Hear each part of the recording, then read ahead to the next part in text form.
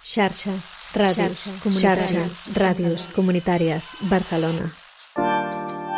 Radio Fabra. Desde Radio Fabra Barcelona, esto es Efecto Dan.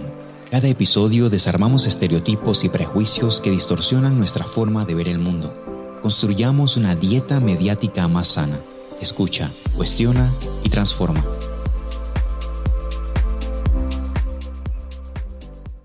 Desde los estudios de Radio Fabra en Barcelona, soy Karen Ábrego Montenegro y este es El Efecto Dan.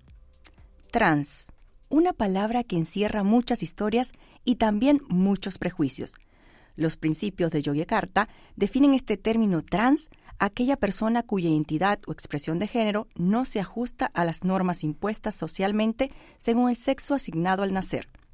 Ser trans no tiene que ver con la orientación sexual, sino con cómo cada quien vive y expresa su género.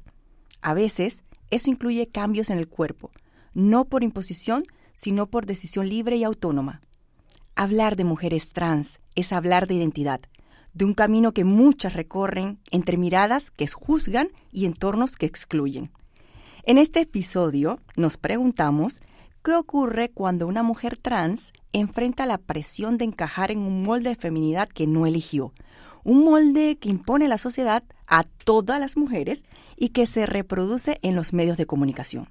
Nos acompaña Tina Recio, activista y fundadora de Imaginarium, un proyecto que es pionero en Barcelona y en el mundo, diría yo, que brinda información y acompañamiento a mujeres transexuales que se plantean o no el camino de la vaginoplastia. Bienvenida, Tina, estoy súper emocionada y entusiasmada y agradecida que hayas aceptado esta invitación para compartir con la audiencia de Efecto Dan tus experiencias y también los testimonios que han compartido contigo. Yo creo que podemos empezar por allí, por esa primera gran pregunta, ¿no? ¿Es este el momento en el que ocurre en que las personas quieren saber cómo llega una mujer a Imaginarium? Pues primero de todo, muchísimas gracias por esta oportunidad y por este programa tan maravilloso y tan necesario hoy en día en esta sociedad en la que vivimos, que con cada vez con más desinformación, ¿no? Y a tu pregunta, pues te diría que, bueno, ahora mismo las chicas que llegan a Imaginarium llegan desde muchos sitios. Este año, precisamente, concretamente, estamos experimentando un volumen extraordinario de chicas que están llegando por primera vez.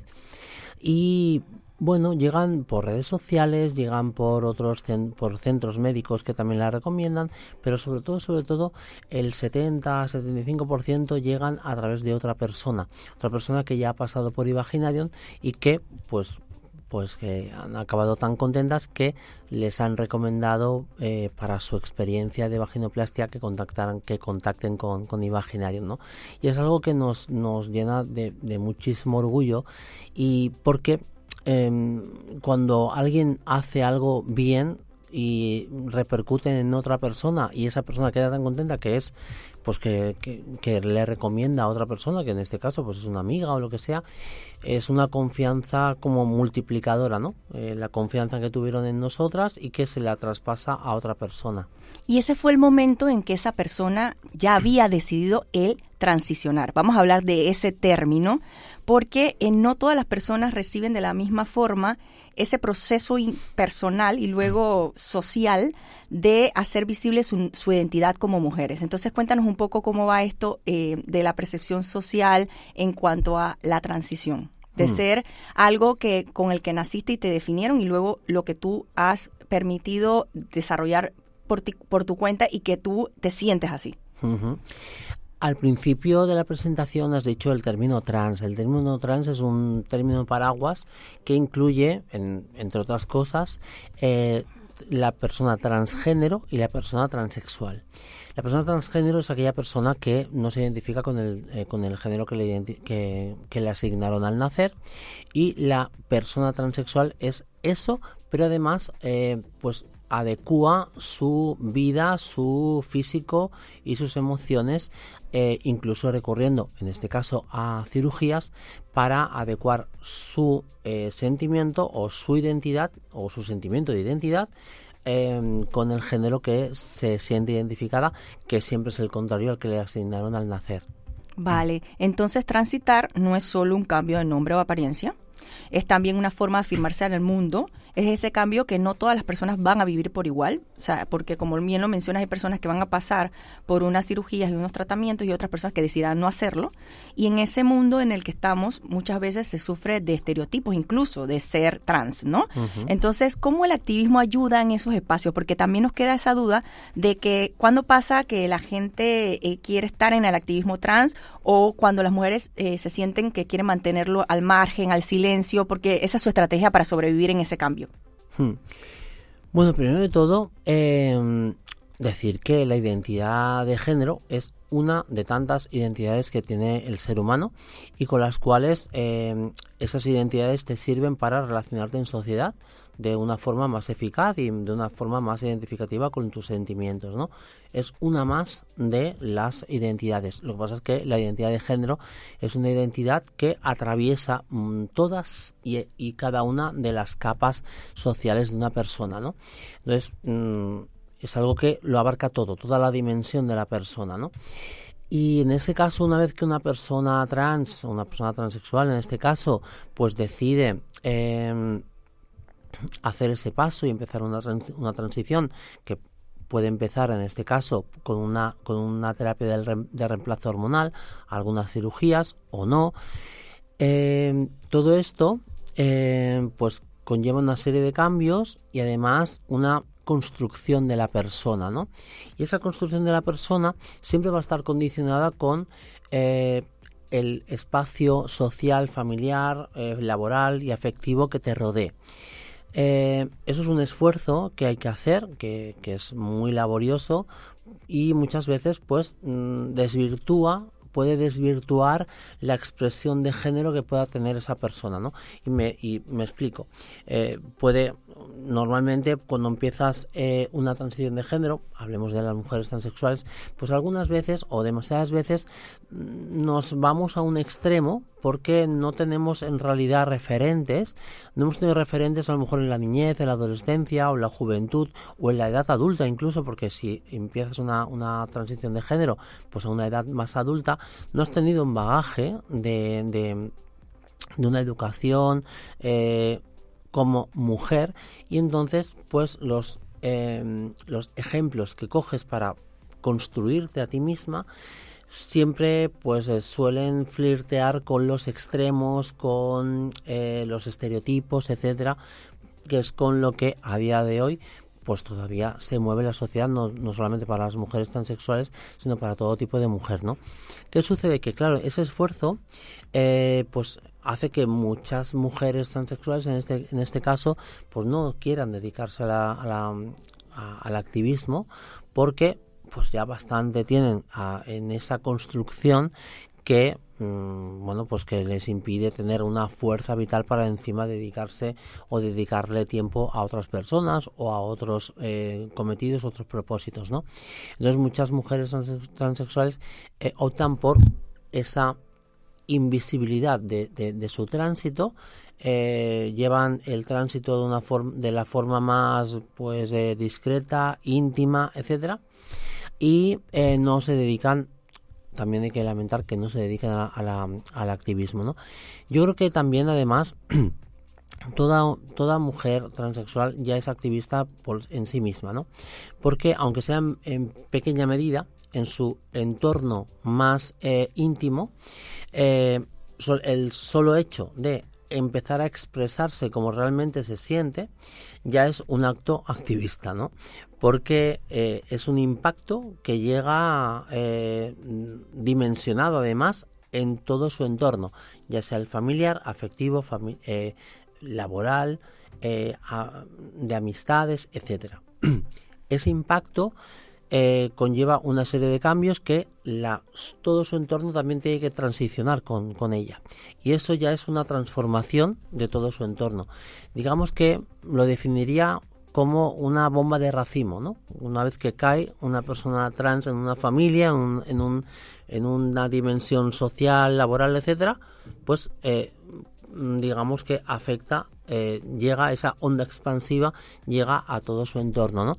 Todo su entorno que en muchas ocasiones no tenía ni idea de lo que era una persona trans, ¿no? Y eso es como el transitar de forma agradable o no, ya este entorno ya transiciona contigo y ya también se educa. Ahora mismo, con cuantas más mujeres o personas transexuales hay en el mundo, más vamos a invadir esos espacios y a conquistar esos espacios que antes pues teníamos vetados. A mí me queda así también esta sensación que me acabas de decir con respecto a una decisión propia y cómo también puede afectar al entorno y cómo también ese entorno puede ayudar a hacer que uno se sienta mejor consigo mismo. En el momento de que hablaste de la familia y los amigos y las amistades, de la vida laboral, de todo lo que se enfrenta con esa socialización de las mujeres que ya tiene varios estereotipos de género, que hablemos de que cuál es su lugar en la familia, cuál es su lugar en la sociedad, en la vida pública, pero cómo es esa transición con respecto a un tema en específico que he escuchado mucho, el llamado duelo. ¿A qué se refieren con ello? En todo proceso de cambio, ¿no? Ya podría ser, cuando decimos duelo, la mente nos lleva a la muerte de una persona, ¿no? Aquí no muere nadie, pero sí que es verdad que pues en todo el entorno, aquella persona que era antes va muriendo poco a poco y va desapareciendo, ¿no? Va desapareciendo incluso de forma literal, porque el aspecto físico cambia radicalmente, ¿no? Entonces tú ves una foto mía de cuando era más joven y no tiene nada que ver con lo que estás viendo ahora, ¿no? Y eso y tu forma de vida cambia, todos son cambios, y todos los cambios conllevan un duelo, esas 5 etapas del duelo y tal. Pues todo lo que sea en el entorno tiene que vivir ese duelo contigo, pero una misma también, porque yo no hablaría de mi caso particular, porque mi caso particular no he sentido ese duelo, porque hago prácticamente todo lo que hacía antes, exactamente todo, ¿no? No he renunciado, no he tenido que renunciar a nada de todo lo que es mi actividad, mi trabajo, etcétera. No ha habido ningún duelo en ese sentido, ¿no? Y pudiera haber sentido algún duelo por abandonar ese cuerpo y que se vaya transmutando a este cuerpo que hay ahora. Pudiera ser, pero en mi caso no ha sucedido así, ¿no? Pero sí que es verdad que hay mucha gente que se enfrenta a ese duelo porque pues la familia,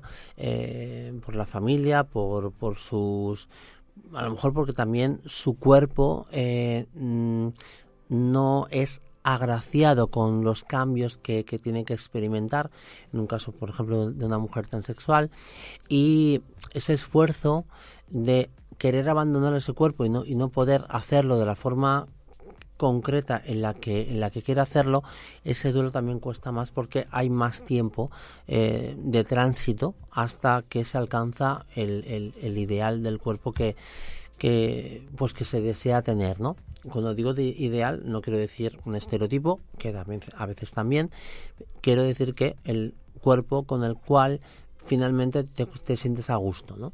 Y sentirse a gusto quiere decir que sales a la calle y pues la gente pues ya ha dejado de repente de mirarte con cara como si estuviera viendo un extraterrestre o algo así, ¿no? En esa construcción que viene antes de todo esto, ¿no? Entonces cuando ya empiezas a interpretar que lo que recibes de la sociedad ya no es espanto, ¿no? Y ya son pues algo más normalizado, un trato normalizado, un trato en femenino, etcétera. Ahí es cuando se puede producir ese duelo. Y esto me trae también a un término que se habla muchísimo y creo que va conectado con lo que dices y nos puedes explicar un poco más, el llamado cispassing, ¿no? Uh-huh. Ese cispassing es cuando sucede, qué es lo que tiene que suceder para que este término sea mencionado en una conversación, por ejemplo, o no sé si se menciona. Eso nos ha dejado bastante preguntas en el programa de diversidad que manejamos desde Generación O2 con empresas privadas, en las que hablamos de la diversidad, pero desde la orientación sexual, identidad y expresión de género, y el cispassing es un tema, ¿no? Entonces, ¿cuándo se aplica este término? Lo del cispasis es muy curioso porque normalmente las personas que son ajenas a todo esto lo interpretan como que alguien que tiene cispassing, por ejemplo en el caso de las mujeres, pues una mujer transexual que tenga cispassing quiere decir que es una mujer que busca el estereotipo de la belleza, ¿no? Que es una mujer muy guapa, pues ya quiere decir que tiene cispassing. Y no es así.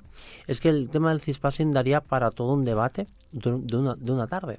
Pero hay mujeres transexuales que, pues, entre comillas, no son agraciadas en cuanto a los parámetros que hoy se manejan de la belleza en la sociedad y eso, no se ajustan a esos parámetros. Coloquialmente, una mujer que es fea, ¿no? Y tiene cispassing. Y hay muchísimas mujeres que no son agraciadas y tienen cispassing. Quiere decir que el cispassing es algo que te ayuda en cuanto a relacionarte en tu vida social, laboral, etcétera, ¿no? Porque la persona que está interactuando contigo te está percibiendo como una mujer. Pero el que te perciba como una mujer no quiere decir que te perciba como una mujer guapa, sino como una mujer. Y puede ser agraciada o puede ser no agraciada. Ya sería gusto y preferencia de cada quien, ¿cierto? Exacto. Incluso hay algunas que son poco agraciadas, ¿no? Físicamente, con los parámetros, hablamos de los parámetros que se manejan hoy en día en la sociedad, ¿eh? Entonces, muchas veces nos estereotipan diciendo que el cispassing es una esclavitud de la mujer transexual porque se opera o se hormona o se quiere operar en muchas cosas para modificar su cuerpo y que está esclavizada y que pues que adopta una sumisión a los parámetros de la sociedad, del machismo heteropatriarcal, como si fuéramos las únicas. Una mujer cis también, ¿no? Por supuesto. Al final sufren lo mismo, ¿no? O es que somos las únicas que nos operamos. O es que los cirujanos se ganan la vida con aumento de pecho en mujeres transexuales y no operan a ninguna mujer cis. Cuando representamos el 1% de la sociedad, estamos seguros de lo que estamos diciendo, de que los cirujanos solamente viven de nosotras, con un 1% de la sociedad, en serio. Hay que pensar. Esto hay que pensar. Y eso también me deja con que cuando ya una mujer adulta, que toda la vida se ha socializado varón y llega a tener algunos privilegios de ser varón, enfrenta ahora otra forma de dominación, la dominación masculina. Y eso es precisamente, quedaría para otro programa, sí, en el que te voy a invitar porque vamos a hablar de ello en alguna otra ocasión, una reflexión larga y extensa, porque no solamente es un término que pertenece a la mujer cis, sino a la mujer en todo el sentido de la palabra. Y antes de terminar contigo y el día de hoy, que ha sido fenomenal tenerte aquí y queremos repetirte, quería que nos dejaras un mensaje, sobre todo desde tu experiencia, cómo resistirse a ese molde de repente también, si ese molde nos ajusta, pues no tener miedo a expresarlo. Y también quisiera como que cerrar esto, Tina, con que nos compartieras el sentimiento de mencionar mujer trans, porque también muchas veces me han preguntado que si es necesario, si es adecuado, si es posible que dejemos de decir mujer cis, mujer trans, y esta respuesta no la tengo yo tampoco. Yo también estoy aprendiendo en la práctica cómo nombrar, y esto sería como para darnos una forma de reflexionar después de este episodio. Yo creo que este epígrafe de mujer trans, yo creo que es necesario porque hemos hablado al principio de la identidad de género, ¿no? Entonces, mi identidad de género es mujer trans. ¿Por qué? Porque todas las identidades de género, de cualquier tipo, ideológico, religioso, todas y cada una tienen necesidades diferentes a otras. Y en mi caso, en nuestro caso, las mujeres trans o las mujeres transexuales tenemos esas necesidades específicas por ser transexuales, por haber nacido de una forma determinada, por haber hecho un tránsito, etcétera. Tenemos una serie de necesidades. Y eso es algo que, además, esas necesidades requieren que haya un ejercicio político y un ejercicio social que reconozca esas necesidades y se cubran, sobre todo, ¿no? Entonces, evidentemente que sí, yo creo que debe de seguir existiendo, no utilizarlo de forma gratuita en cualquier sitio, yo qué sé, vas a comprar el pan, dame una de medio. Por cierto, soy una mujer trans, ¿qué me importa si quiero comer pan solamente, ¿no? Pero, Me encanta. pero en cualquier otro, por ejemplo, en el tema médico, en el tema judicial, en el tema laboral, necesitamos tener ese epígrafe porque hay necesidades específicas de eso. Es como las mujeres racializadas, las mujeres negras, las mujeres minusválidas, etcétera. Todas tienen sus necesidades específicas, ¿no? Y luego hay algo genérico que nos engloba a todas, que es el ser mujer, ¿no? Que ya de por sí, pues el encaje social ya es difícil. En el caso de las mujeres transexuales es un plus más difícil por ser transexuales. ¿Por qué? Porque nacemos en un cuerpo que tenemos un físico que tenemos que adaptarlo a nuestras necesidades y tenemos que construirlo, ¿no? Y esa construcción necesita unas necesidades específicas, ¿no? El encaje en la sociedad, ¿cuál es? Yo creo que encajar en la sociedad hoy en día es imposible, porque si estamos hablando de que es una sociedad diversa, no una sociedad donde hay una diversidad, sino que es una sociedad diversa. Quiero decir que los hombres cis, varones cis blancos, también son diversos, porque forma parte de la diversidad del ser humano, ¿vale? Entonces, ¿dónde y cómo se dice, quién dice qué y dónde tenemos que encajar y cómo, ¿no? A día de hoy el machismo heteropatriarcal pues dice que la mujer tiene que tener una serie de roles, una serie de físico, etcétera, en donde en realidad es falso, porque todas las mujeres son diferentes, evidentemente. Y eso es lo ideal, la diferencia, ¿no? Claro, es que es lo esto ideal. es de humano, ¿no? Y esto de todo es lo natural. Claro, Es eso sí es natural, no está impuesto, ¿eh? La madre naturaleza arroja, pues, digamos, elementos de la naturaleza, animales, plantas, que todas son diversas y todos son diferentes. La madre naturaleza no hace un calco del ser humano, ¿no? Y cuando nace uno sale igual que el anterior, no. Todo sale de forma, ¿no? Pues totalmente aleatoria. Y aquí estamos tú y yo diferentes y no por ello nos dan un trato diferencial. Nos tienen que tratar distinto. Exacto. Y esta es la forma en la que compartimos. Gracias por tu experiencia, por el trabajo que haces desde Imaginarium. Debo decirlos que tienen que seguir Imaginarium, que ofrece información y acompañamiento. A quienes nos escuchan pueden seguirnos en Instagram y en YouTube como @Observatorio Mediático y también pronto @EfectoDan, que vamos a tener también nuestra propia identidad. Es que cada cosa con su nombre y con su actividad. Entonces, Tina, nada más para cerrar, lo que nos quisieras dejar aquí para compartir en el Efecto Dan. Pues lo que estábamos hablando, ¿no? Todo esto que estábamos hablando me da pie para decir una última reflexión que viene en el sentido de que cuando hay una persona trans, en este caso lo que me toca más de cerca, que es ser una mujer trans, que sobre todo yo creo que debemos tener el amor al prójimo, y el amor al prójimo se traduce en comprensión. Cuando una persona trans, en este caso una mujer transexual, está transitando y empieza a transitar, evidentemente que está en construcción durante meses, años, ¿no? Hay que comprender, ¿no? Ella se tiene que comprender a sí misma también, pero todo su entorno tiene que comprender que en realidad hace lo que puede, como cualquier otra persona, y es que además no estamos obligados a más. Gracias por tus palabras, gracias por toda esa forma responsable en la que nos dejas este mensaje. Gracias a ustedes por escucharnos y hasta el próximo episodio.